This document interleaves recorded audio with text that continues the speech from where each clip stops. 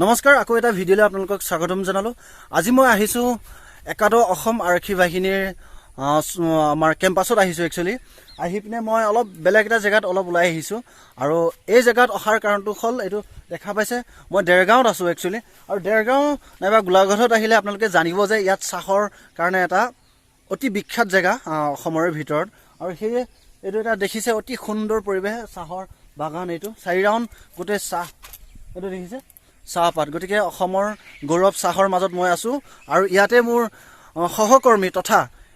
এসময়ত আমি একেলগে ইনষ্ট্ৰাক্টৰ হিচাপে আছিলো। মোৰ লগৰে সহকৰ্মী কোন হয় আপোনালোকক মই এতিয়া চিনাকি কৰাম আৰু আপোনালোকক মই আজি কিছুমান কথা জনাম যে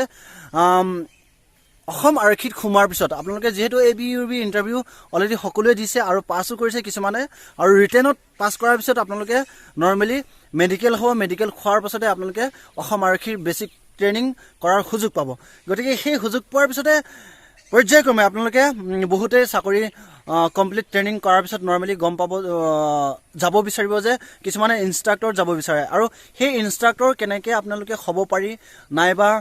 নৰ্মেলি আপোনালোকে কেনেকৈ অসম আৰক্ষীৰ ইনষ্ট্ৰাক্টৰ হোৱাৰ পিছত ট্ৰেইনিং পিৰিয়ডত কি কষ্ট হয় নাইবা কি কৰে, সেইবোৰৰ ওপৰত আজি আপোনালোকৰ লগত মই আজি আলোচনা কৰিম। ৰিটেনৰ কাৰণে কেনেকৈ প্ৰিপাৰেশ্যন চলাইছিলে নিজে, নাইবা ৰিটেন কেনেকৈ দিব লাগে সেই তাৰ ওপৰত আপোনালোকক থুলমূলকৈ 2-এটা কথা সুধি আপোনালোকৰ কাৰণে মই জনাম। আৰু মই প্ৰথমে চিনাকি কৰাওঁ মোৰ সহকৰ্মী তথা দুলন মিলি। কি কামত ব্যস্ত আছে এতিয়া? বৰ্তমান আমি নিজৰ হেডকোৱাৰ্টাৰ কেম্পাছৰ ডিউটিত ব্যস্ত থাকোঁ। বৰ্তমান সময়ত আমাৰ নতুন কোৰ্চবিলাকো অহা নাই আৰু আমাৰ ৰিফ্ৰেছাৰ যিবিলাক হয় সেইবিলাকো এতিয়া বৰ্তমান বন্ধ হৈ আছে। ৰিফ্ৰেছাৰ মানে এনেকুৱা হয়, মই নিজে ইনষ্ট্ৰাক্টৰ হিচাপে আপোনালোকক কৈ দিছোঁ, আমাৰ বেটেলিয়নৰ মাজতেই নৰ্মেলি কিছুমানে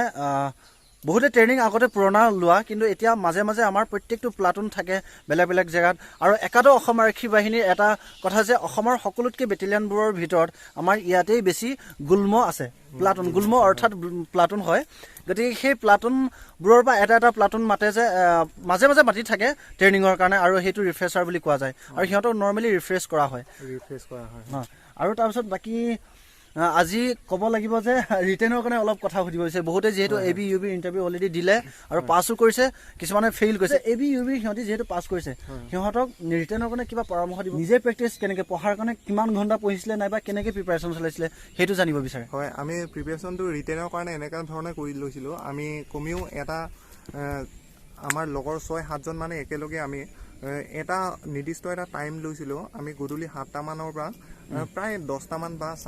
9:30 মানলৈকে আমি এটা এঘৰতে আমি চবেই একেলগে একগোট হৈ পেলাই পঢ়িবলৈ আমি ডেইলি আমি সেইটো পঢ়িছিলোঁ। আৰু তাতে আমাৰ কিছুমানে গাইডলাইন দিছিলে, আমাৰ লগৰ এজনৰ মাকে আমাক গাইডলাইন দিছিলে খোৱা বোৱা তাতে ডেইলি মানে পাৰ্টি নিচিনা হয়, কিন্তু পঢ়া শুনাৰ ক্ষেত্ৰত আমাক বহুত মানে চাহ বা বিস্কুট চিস্কুট এনেকৈ যোগান ধৰিছিলে। আমি সেই সময়ত মানে অন্যমনস্ক নহয়, অকল পঢ়াৰ ক্ষেত্ৰতে আমি গুৰুত্ব দিব পাৰিছিলোঁ। আৰু আমি তেনেকৈ সকলোৱে সেই পৰীক্ষাত আমি উত্তীৰ্ণ হৈ বৰ্তমান আমি সকলোৱে চাকৰি কৰি আছোঁ। গতিকে মানে এটা পঢ়াৰ পৰিৱেশ গোটাই লৈছিলে, মানে গোটেইকেইটা মিলি পিনে 2-এজন মানে গ্ৰুপ হিচাপে মানে। হয়, আমি সেই সময়ত 7জন আছিলোঁ। 7জনে এতিয়া বৰ্তমান চাকৰি কৰি আছোঁ। আচ্ছা, চাওক ক'ত কৰি আছে সিহঁতে? কিছুমানে 25 বেটেলিয়ানত আছে, আমাৰ 11ত আছে। আচ্ছা, চাওক শুনক, গতিকে এনেকুৱা এটা ইনস্পাইৰেশ্যন ল'ব লগা বহুত আছে, কাৰণ এইটো এটা ডাঙৰ ইনস্পাইৰেশ্যন। কাৰণ এটা গোট হৈ পিনে, এটা গ্ৰুপ হৈ পিনে সিহঁতে প্ৰিপাৰেশ্যন চলাইছিলে। আৰু একচুৱেলি দুলন মোৰ মাজুলী সমষ্টিৰে হয়, আমাৰ একে সমষ্টিৰে হয়, একে সমষ্টি, কিন্তু একে স্কুলত পঢ়া, কিন্তু নৰ্মেলি আমি পঢ়া সময়ত আমি তেনেকৈ পঢ়া নাছিলোঁ ৰিটেনৰ কাৰণে। কিন্তু তাহাঁতি 7জন একেলগে প্ৰেক্টিচ কৰিছিলে ৰিটেনৰ কাৰণে, কিন্তু 7জনে আজি কৰ্মৰত অৱস্থাত আছে অসম আৰক্ষীত। গতিকে এইটো এটা আপোনালোকৰ কাৰণে অতি ভাল জানিবলগীয়া কথা, নাইবা ইনস্পাইৰেশ্যন ল'ব পাৰিব। এনেকৈ আপোনালোকে একগোট হৈ পিনে আপোনালোকেও প্ৰিপাৰেশ্যন চলাব পাৰি। যেনেকৈ মই এটা হোৱাটছআপ গ্ৰুপত আপোনালোকক মাজে মাজে মই মেছেজ কম দিয়া হয়, কিন্তু নৰ্মেলি আপোনালোকক যোনটো পাৰোঁ মই কওঁ। তেনেকৈ বহুতে আপোনালোকক গাইড কৰিছে আৰু তেনেকৈ গোট হৈ ল'ব আৰু এটা গ্ৰুপ হ'লে সদায় কথাবোৰ পাতি থাকিলে বেছি ইজি হয় জানিবৰ কাৰণে যিমানেই হওক আপোনাৰ তাত লিখা থাকিলে আপুনি যদি সেইটো ভালকে চাই নাথাকে তেনেহ'লে আপোনাৰ তেতিয়া বেছি মানে মনত ৰখা হয় সেইটো তই যেনেকে মোক কিবা এটা ক'লে মোৰ ফটকে মনত ৰৈ যায় তেনেকে সিজনে সিজনক ক'লে মানে বেছি মানে মনত ৰৈ আৰু মানে ৰিভিজন টাইপত হৈ গৈ থাকে তাৰ কাৰণে সেইটো এটা অতি ভাল টেকনিক হয় বাৰু যিহেতু ৰিটেন এক্সাম ওচৰ চাপিছে সেইকাৰণে আছাম চাকৰি ফেকাল্টিয়ে আপোনালোকৰ কাৰণে এটা ই বুক লঞ্চ কৰাইছে সেই ই বুকটোত আপোনালোকে পাব AB আৰু UBৰ কাৰণে কুৱেশ্যন এণ্ড এনচাৰ আৰু লগতে চাব ইনস্পেক্টৰৰ কাৰণে পাব আৰু লগতে APRO আৰু firemen and emergency rescuers and service পাব ছাৰ্ভিচৰ কুৱেশ্যন এণ্ড এনচাৰ পাব আৰু লগতে জেল ৱাৰ্ডাৰৰ কুৱেশ্যন এণ্ড এনচাৰ পাব গতিকে আপোনালোকে এইটো ইংলিছ আৰু আছামিজ মিডিয়ামত আপোনালোকৰ কাৰণে উপলব্ধ কৰাইছে মোৰ ডেছক্ৰিপশ্যনত সকলো ভালকৈ ডিটেইলছ আপোনালোকক মই দি দিম গতিকে তাতে যদি কিবা অসুবিধা পায় আপোনালোকক হোৱাটছআপ নাম্বাৰ এটাও দি দিম আছাম চাকৰি ফেকাল্টিৰ আপোনালোকে তাতে কল কৰি সুধিব পাৰিব কিবা যিকোনো প্ৰব্লেম হ'লে গতিকে আপোনালোকে সময় থাকোঁতেই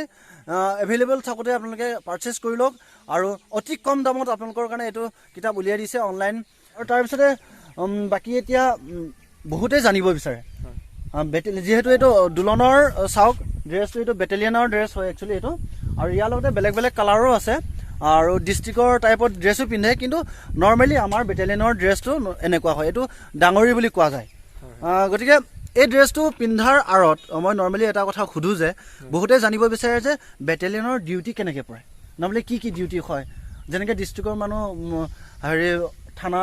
ডিষ্ট্ৰিক্ট বুলি ক'লে বহুতে ভাবে যে থানাৰ লগত ৰিলেটেড হয় আৰু আমি থানাৰ লগত ৰিলেটেড হয় নে নহয় নৰ্মেলি আৰু ডিউটি কেনেকুৱা ধৰণে পৰে সেইটো ক'লে ভাল হ'ব বৰ্তমান আমাৰ বেটেলিয়ান বুলি ডিষ্ট্ৰিক্ট আমাৰ পুলিচৰ মাজত বহুত বিভাগ আছে যেনেকৈ আমি দুটা কৈছোঁ AB আমি হৈছে আৰ্ম ব্ৰাঞ্চৰ হয় যেনেকৈ AB বুলি কয় আমাক আমাৰ ডিষ্ট্ৰিক্টতো AB আছে আমি কিন্তু আমি ABৰ যদিও আমি বেটেলিয়ান বিভাগৰ ডিষ্ট্ৰিক্টৰ ABটো বেলেগ আমাৰ আৰু বেটেলিয়ানটো বেলেগ আৰু তাৰপিছত ডিষ্ট্ৰিক্ট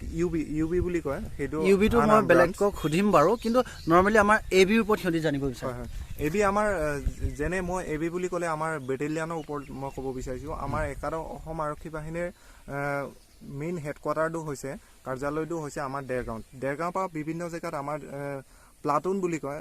অৰ্থাৎ আমি গুল্ম বুলি অসমীয়াত কওঁ গুল্ম আমাৰ আছে 28টামান গুল্ম আছে আৰু তাতে বহুতে জানিব বিচাৰিছে ডিউটি কিমান টাইমৰ হয় নাইবা কেনেকুৱা ধৰণে হয় আমাৰ নিজৰ কেম্পাছৰ ভিতৰত আমাৰ যেনেকৈ মেগজিন গাৰ্ড বুলি কয় যে আৰ্ম ছেগুনেশ্যন থাকে তাতে আমাৰ 24 ঘণ্টাৰ কাৰণে ডিউটি তাতে নিয়োগ কৰা হয় ডিউটি 24 ঘণ্টাৰ ভিতৰতে তাতে এটা ৰেষ্ট থাকে এনে পোষ্টত থাকিবৰ কাৰণে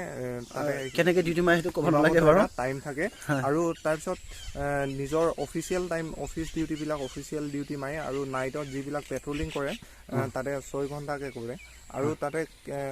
এনে সেইটো 6 ঘণ্টাকৈ নৰ্মেলি 6 ঘণ্টাকৈ 6 ঘণ্টা সেইটো অফিচিয়েল ডিউটি হয় আৰু পেট্ৰলিংটো কৈ দিয়ক পেট্ৰলিংটো নাইটত যদি থাকে নহয় 6 ঘণ্টা থাকে আৰু 6 ঘণ্টাকৈ দুটা শ্বিফ্ট কৰে গোটেই ৰাতিটোৰ কাৰণে আৰু তাৰপিছত আৰু অন্য ডিউটিবিলাক যদি ইমাৰ্জেঞ্চি হৈ যায় ক'ত যাব লগা হয় বা অন্য প্লাটনত কিবা বস্তু যোগান ধৰিব লগা হয় সেইবিলাক ডিউটিবিলাক সেইটো মানে ৰিজাৰ্ভ থাকে সেইবিলাক গতিকে আপোনালোকে বুজি পাইছে আমাৰ বেটেলিয়নটোৰ ভিতৰতো এটা বহুত এটা সিকিউৰিটি সিস্টেম ভালকে এটা থাকে আৰু সেই ডিউটি মাৰি থকা সময়ত আপুনি নৰ্মেলি মোবাইল চুই থাকিব পৰা অৱস্থাত নাথাকে নাইবা ডিউটি ইলিগেল কৰিব নোৱাৰি কিয়নো আমাৰ তাতে ডিউটি ৰাউণ্ড মাৰিব আহে মানুহে মানে কি অফিচাৰ ৰেংকৰ মানুহ আহে তাৰ লগতে কনষ্টেবল আহিব লগতে আহি পিনে